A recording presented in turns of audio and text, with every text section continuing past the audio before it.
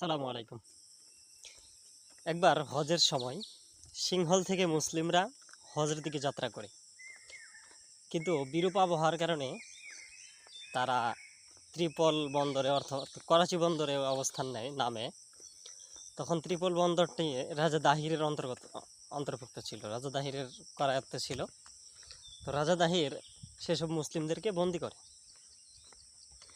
সেখানকার একজন মুসলিম বোন রক্ত দিয়ে চিঠি লেখে খলিফা হাজ্জাজ বিন ইউসুফের কাছে।